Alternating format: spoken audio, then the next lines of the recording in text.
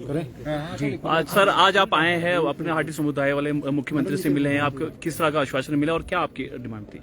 हमारी जो मुख्य मांग थी वो जनजाति, और हम इस उनके जो उन्होंने हमें आश्वासन दिया है और हमें उम्मीद है कि बहुत ही जल्दी वो गृह मंत्री से मिलेंगे। हमने उनसे एक ही बात की थी कि केंद्रीय गृह मंत्री के पास ये मामला विचाराधीन है और आप व्यक्तिगत रूप से माननीय गृह मंत्री और उसका जो भी आपत्तियां रह गई थी उसका निराकरण भी इन्होंने कर दिया है और दोनों रिपोर्टें केंद्र सरकार को भेज दी है। तो हमने ये सारी चीज़ से माननीय मुख्यमंत्री को अवगत कराया है और माननीय मुख्यमंत्री ने एश्योर किया है कि इस पे हमारा बिल्कुल सकारात्मक रूप से मुख्य सचिव को उन्होंने बुलाया मीटिंग में। ये पहली बार हुआ है 10 वर्ष में कि मुख्य सचिव को भी उन्होंने आज बैठक में बुलाया और मुख्य सचिव को जो है स्पष्ट निर्देश दें कि वो रजिस्ट्रार जनरल ऑफ इंडिया के साथ टेकअप करें इमीडिएटली इस मामले को। और हमें पूर्ण विश्वास है कि ये मामला बहुत जल्दी जो है सुलझेगा। सर, जो आंदोलन की रूपरेखा तैयार की गई थी, क्या वो आंदोलन देखो जहाँ तक आंदोलन है वो तो हमारा 11 का जो है वो स्थगित है, लेकिन हमारी जो कुंभलियों का चल रही है ऑलरेडी केंद्रीय हाटी समिति जो है जो महाकुंभलियों का आयोजन कर रही है, जिसकी शुरुआत रोहनाट से हुई है, वो हमारी जारी रहेगी, जिसमें जन जागरण चल रहा है। दूसरी कुंभलियों में शिलाई में हुई है और तीसरी हमारी कल पोजोता में हो रही है और बहुत बड़ी कुंभली होने जा रही है जिसमें 5000 स्ट्रेंथ है। उसके बाद हमारी 17 अप्रैल को संगड़ा भी है। तो ये जो कुंभलियों का कार्यक्रम हमारा स्थगित रहेगा, जारी रहेगा, लेकिन जहाँ तक 11 को वाला है उस पर वो स्थगित रहेगा। डॉक्टर साहब, आपसे जानना चाहूंगा, ये जो आप हाटी समुदाय की जनजाति की मांग कर रहे हैं, इसकी पृष्ठभूमि क्या है? कितनी कम्युनिटी है इसके अंदर और क्या इसके पीछे का आपका? देखो, ये इसकी पृष्ठभूमि ये है कि हमारे 3 लाख लोग हैं जिसमें जो ट्रांसगिरी में रहते हैं और जो हमारे भाई जो दूसरे थे उनको 67 में ये जनजाति जो जौनसार बाबर में रहते हैं उनको मिल चुका है। और हमारी बदकिस्मती मान सकते हैं हम अपनी कि 50 वर्ष पहले उनको मिल गया क्योंकि उत्तर प्रदेश में चले गए।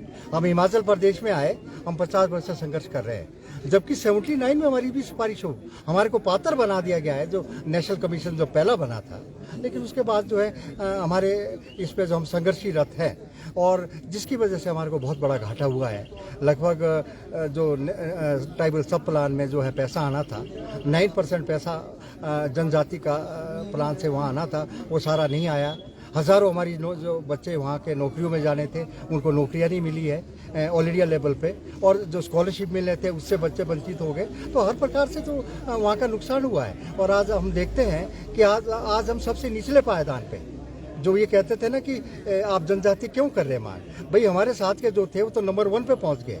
आज का जो सर्वे बताता है, मैं नोडल रजिस्टर का सर्वे आपको बताता हूँ कि आज अगर शिक्षा और गरीबी ले, हम हिमाचल से सबसे निचले पायदान पे हैं। और जो हमारे साथ उस समय हमारे साथ के थे वो नंबर 1 पे इस समय, किन्नौर, लाहौल स्पीति, चंबा, वो हमारे साथ के ही थे प्रति व्यक्ति आय में।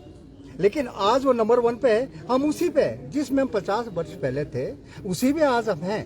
गरीबी में वही है, शिक्षा में वही है, एम्प्लॉयमेंट में वही है, और पूरे देश में जो है सबसे बैकवर्ड डिस्ट्रिक्ट जो है 100 उसमें हम आज भी आते हैं। सिंगटा जी आप बताएंगे, सिंगटा जी आप बताएंगे कि क्या चाहेंगे सिंगटा जी की क्या? देखिए, कल बहुत बड़ी महाकुंभली है, वो पजोता क्षेत्र के अंदर है, रोडी नामक जगह पे है। और पहली तारीख को जो रोहनाट में कुंभली का आयोजन हुआ था, उसके बाद शिलाई में हुआ था, उसमें एक ये भी तय किया गया था कि अगर 6 महीने के अंदर डेडलाइन उसमें जून महीने की दी गई थी कि अगर जून महीने तक सरकार ने ये हमारा काम नहीं किया है तो हम उत्तराखंड में मिलने को तैयार हो जाएंगे। उसका असर आपने देखा होगा, सारे जो राजनेता वहाँ पे आए थे, शिमला के सांसद वहाँ पे आए थे, शिलाई के विधायक, पूर्व विधायक वहाँ पे आए थे। और आज हम आभारी है मुख्यमंत्री जयराम ठाकुर जी के कि उन्होंने ये कहा है कि हम इस मुद्दे को गृह मंत्रालय के साथ प्रमुखता के साथ उठाएंगे। और उन्होंने हमारे आग्रह पर मुख्य सचिव राम सुभग सिंह जी को वहीं पे बुलाया और उन्होंने भी कहा कि वो आरजीआई जो हमारे विवेक जोशी जी है, आरजीआई के जो मुखिया है, उनसे वो बात करेंगे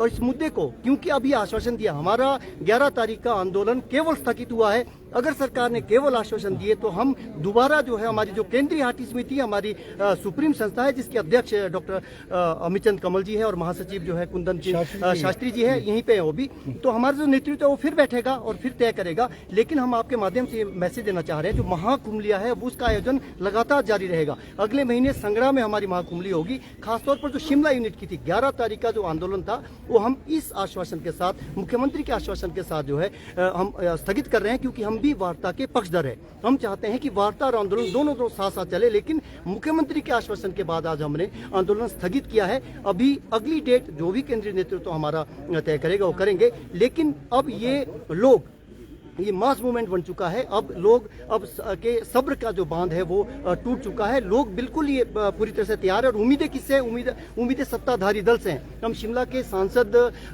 सुरेश कश्यप जी के भी प्रभारी है और शिलाई के पूर्व विधायक बलदेव तोमर जी, आज उन्होंने इस डेलीगेशन को मिलाया। उन्होंने भी आश्वासन दिया उनकी पहल पर जो आज सरकार जो कार्रवाई कर रही है, और ये भी कहा है सरकार ने कि रिपोर्ट, एक विस्तृत रिपोर्ट जो है राज्य सरकार को हम देंगे हाटी के बारे में, जो भी अब तक डेवलपमेंट हुई है। चूंकि 70 साल से हमारे साथ बहुत खिलवाड़ हुआ है, पूर्व में कमियां बहुत सारी रही है, उन कमियों पे हम जाना नहीं चाहेंगे। लेकिन सियासतदानों को सीधा संदेश देना चाहेंगे कि केवल आश्वासन से काम नहीं चलेगा। अगर ये नहीं हुआ तो हम फिर से सड़क पर उतरेंगे और सड़क पर उतर ही रहे महाकुंभलियों के माध्यम से। जो हमारी लोक संस्कृति भी है उसका एक महाकुंभली कल हो रही है, जिसमें हजारों लोग, अभी जो अनुमान है हजारों लोग भाग लेंगे। और जो भी अगला कार्यक्रम होगा, महाकुंभली जो भी निर्णय लेगी वो हम उसमें कोई भी व्यक्ति, हाटी का कोई भी व्यक्ति में नाले, जो भी केंद्रीय हाटी समिति अगले निर्देश आदेश जो भी जारी करेगी, क्योंकि हमारी सर्वोच्च संस्था है, जो भी करेगी हम इनके बिल्कुल कंधे से कंधा मिलाकर। और दूसरा जो हमारा संगठन है सिरमौर हाटी विकास मंच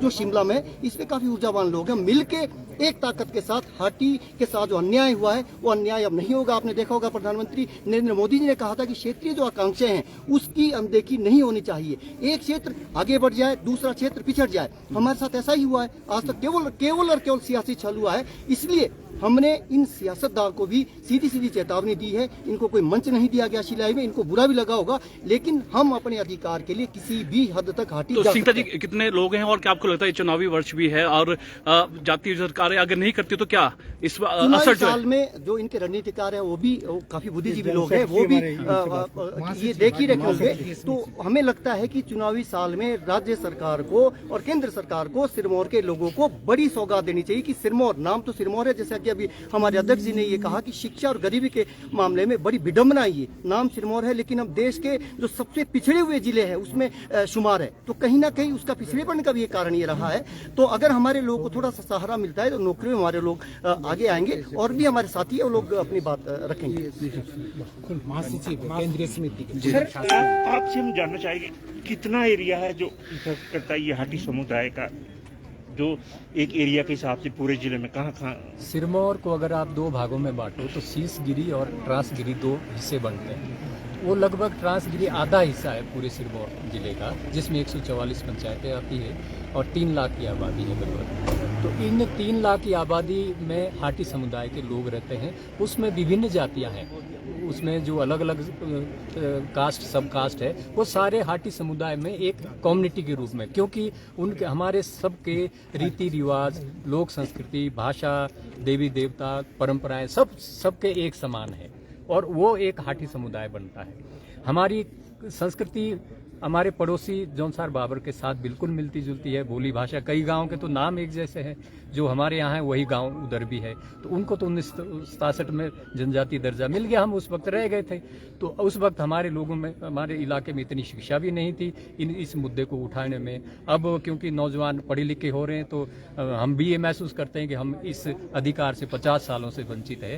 तो कागजी कार्रवाई तो होती रही, लेकिन सरकार के लेवल पे इतनी गंभीरता नजर नहीं आई जैसे आज हमें मुख्यमंत्री के साथ बैठक में आश्वासन मिला है। उस मुख्यमंत्री जी के आश्वासन में बहुत ज्यादा गंभीरता भी थी। वो बल्कि उन्होंने ये भी कहा है कि 11 तारीख का अभी उनका दिल्ली जाने का कार्यक्रम है, तो संभव है कि 11 तारीख को ही वो गृह मंत्री से वहाँ समय लेके इस मुद्दे पे बात भी करें। तो हमें एक आशा लग रहा है कि माननीय मुख्यमंत्री जी बहुत गंभीर है इस मसले में। तो बाकी जो जन जागरण का काम है वो तो चलता रहेगा। हमारे इलाके में वो जो खुमड़ियों का दौर है उसमें जन जागरण भी है, अपनी लोक संस्कृति का भी हम एक प्रचार प्रसार कर रहे हैं, और इस मुद्दे को इस मुकाम तक पहुंचाने में है मीडिया कर्मियों का हम चाहे इलेक्ट्रॉनिक मीडिया है, प्रिंट मीडिया है, बहुत बहुत धन्यवाद करते हैं। हम भावनात्मक धन्यवाद ज़्यादा करते हैं शब्दों से ज़्यादा, तो क्योंकि इस मुद्दे का जो सही स्वरूप है वो जनता के सामने और सरकार के सामने मीडिया, आप सभी मीडिया कर्मियों ने रखा है, उसके लिए केंद्रीय हाटी समिति की ओर से हम मीडिया का भी बहुत बहुत धन्यवाद। ठीक है, बहुत बहुत शुक्रिया सर हमारे साथ बातचीत करने का। तो ये थे हाटी समुदाय के यहाँ पर पहुंचे हैं और आश्वासन मुख्यमंत्री से मिला है और डिमांड है कि जो जनजातीय क्षेत्र में यहाँ पर लाए, क्योंकि इनका कहना है कि काफी पिछड़ गए हैं, चाहे इनके जो बच्चे हैं जो पढ़ाई कर रहे हैं या स्कॉलरशिप की अगर बात करें, अन्य विकास कार्यों की अगर बात करें तो उस तरह का विकास कार्य नहीं हुए हैं। तो आज आए हैं, मिले हैं और ये भी चेतावनी दे दी है, फिर भी अगर सरकार नहीं सुनेगी तो उनकी जो मीटिंग बैठक यहाँ पर होगी उसके बाद यहाँ पर फैसला लिया जा सकता है। और उम्मीद है कि चुनावी वर्ष है और चुनावी वर्ष में सिरमौर के लिए कुछ न कुछ जो है प्रदेश सरकार करे। चलिए फिलहाल अभी के लिए इतना ही, और ताजा जानकारी देखते रहिए लाइव टाइम्स टीवी। धन्यवाद। Thank you.